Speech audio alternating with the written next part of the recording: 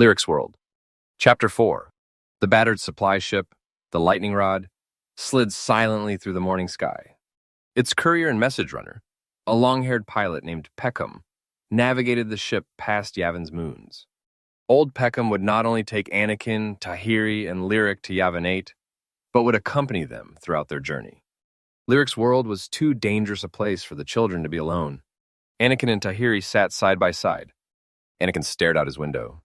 As they passed Yavin 13, he found himself wondering about the moon. It was said to be inhabited by reptilian creatures called Slith. He'd read that the Slaith were meat-eating creatures with enormous jaws lined with spiked teeth. Anakin shook off his thoughts and rose from his seat to check on Lyric, who was sitting up front with old Peckham. Since they'd left the academy, she hadn't spoken. And, while Anakin knew that she was relieved to have him and Tahiri with her, he could also sense her apprehension and fear. Persuading Luke Skywalker to allow them to accompany their friend to Yavin 8 had been difficult. Anakin thought about the conversation they'd had that morning with his uncle. "She needs us!" Tahiri had cried. "Please let us go to Yavin 8 with Lyric. Anakin and I can help her survive her changing. I know we can. And Peckham will be there to protect us." Luke Skywalker had been unmoved. "I can't send students into a potentially hazardous situation," he had said. "Uncle Luke, you're the one who said that we can't learn to become Jedi Knights by listening to words. Experience is the best teacher, right?" Anakin had asked innocently, his ice-blue eyes meeting his uncle's pale ones. "Please let us help Lyric." Finally, Luke Skywalker had agreed. Anakin stared out the window as the supply shuttle sped through the silent sky. He thought about that morning. As he'd packed his academy jumpsuit and some extra socks, Ikrit, the Jedi Master they'd found in the palace, had climbed through the open window of his room. "Where are you going, young Anakin?" Ikrit had asked in his raspy voice. Anakin had explained the situation. "Are we wrong to leave now when we haven't solved the riddle of the Golden Globe?" Anakin asked. Ikrit had only replied, "You must go where you are needed. You must go where you are drawn." Then the master had swung off the window ledge and scampered down the pyramid-shaped stone wall of the great temple. Anakin hadn't expected him to be much help. Ikrit had already explained that if an adult Jedi Knight or Master tried to break the curse, the globe would shatter into 1,000 pieces of crystal. Anakin understood that he and Tahiri were on their own. His thoughts were interrupted. "Anakin, have you thought much about the globe?" Tahiri whispered. She didn't wait for an answer. "I have. I don't know how, but we've got to understand what the symbols carved in the palace and in the mountain on Lyric's planet mean. It's the only way I can think to figure out how to break the curse." The curse. Ikrit had come to Anakin's room the night he'd returned from the palace of the Woolamander. He'd explained to Anakin that 400 years ago he'd discovered the globe in the ruins of the palace, which had been built thousands of years earlier by an ancient race called the Masasi. Ikrit said that he couldn't break the curse, so he'd curled up at the base of the globe to wait for the people who could. Those people were Anakin and Tahiri.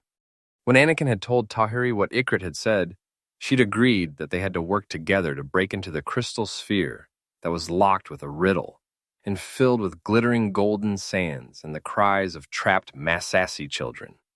"I think you're right," Anakin said to Tahiri now. "Understanding what the Masasi wrote in their palace will help us to unravel the riddle of the globe. But right now, we've got to concentrate on helping Lyric." He didn't add that he had seen Ikrit, or tell Tahiri Ikrit's words. It was enough to feel that what he and Tahiri were doing was right, and to know that he felt drawn both to Lyric and her moon. The shuttle dipped toward Yavin 8. Anakin watched the moon grow in size as they sped toward its surface. He could see that it was covered with brown and green tundra and a ridge of purple mountains that jutted from its surface. Moments later, the ship gently touched down, only a few hundred meters from the mountains. Lyric moved back to join her friends. In the time of the flight, her breathing had become alarmingly labored. It escaped from her mouth in deep rattles and hisses, and Anakin could see that the effort of drawing air was exhausting her. Lyric raised one hand to brush her red ringlets from her eyes. Anakin gasped. In the last hour, the pink webs on her hands had spread until they reached the tips of her fingers. It was clearly getting close to the time for her changing ceremony. The silver door of the shuttle hissed open. Old Peckham, Anakin, and Tahiri followed their friend down the ramp. Waiting for them were 5 Melody children. "Welcome," one of the Melodies began, but he stopped when he saw Lyric. "Come," he said, "we've got to get Lyric to the cove quickly." The look of worry on his face told Anakin all he needed to know. He reached up and took hold of Lyric's elbow. Tahiri moved to the other side, and together they helped Lyric half walk, half run to the mountains that loomed before them. "Oh no!" Peckham cried as he followed the children toward the mountain. "What is it?" Anakin asked as he ran. "I forgot some of the supplies I need to transport after we leave Yavin 8, Peckham worriedly explained. "It wouldn't be important, except they're medical supplies, and this trip has already put me behind schedule." "Go back and get them," Anakin called over his shoulder. "You'll only be gone for a few hours, and we'll be fine. Just come find us in the mountains when you return. I don't think I should leave you." "Luke Skywalker wouldn't be pleased," Peckham said uncertainly. "Don't worry," Anakin replied. "He'll understand." He stopped and turned to Peckham. "We'll be careful." "All right," Peckham said. "But don't get into any trouble while I'm gone." He turned and raced back to the lightning rod. Moments later, he shot into the sky and disappeared from view. Anakin ran to catch up with his friends. Barely a moment later, the ear-shattering shriek of an Avril rolled down over the group. Anakin didn't have to ask what creature had made the sound. He felt its enormous shadow fall across his back before he looked up to see blood-red talons slashing down toward the group. The melodies quickly formed a circle and began to heave stones up at the creature. Several hit, but only maddened the blackbird. Tahiri grabbed a large rock and threw it hard. Her shot struck the Avril directly between the eyes. It shrieked in anger and dove toward her, beak open, talons outstretched. Tahiri dodged, but not before one of its massive wings struck and threw her meters away from the group. Anakin raced over to protect his friend.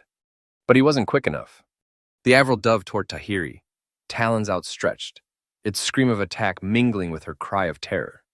Anakin was too far away to reach her, and dread washed over him in an icy cold wave. A split second before Tahiri was swept away in the Avril's hungry grasp, Lyric, who was closest to her, leapt forward. She threw her body over Tahiri's to shield her friend. The Avril sank his talons into the Orange Academy jumpsuit Lyric wore and shot toward the sky. Lyric hung limply in the air. All who stood helpless on the tundra of the moon could see the look of terror on Lyric's face as she was borne away.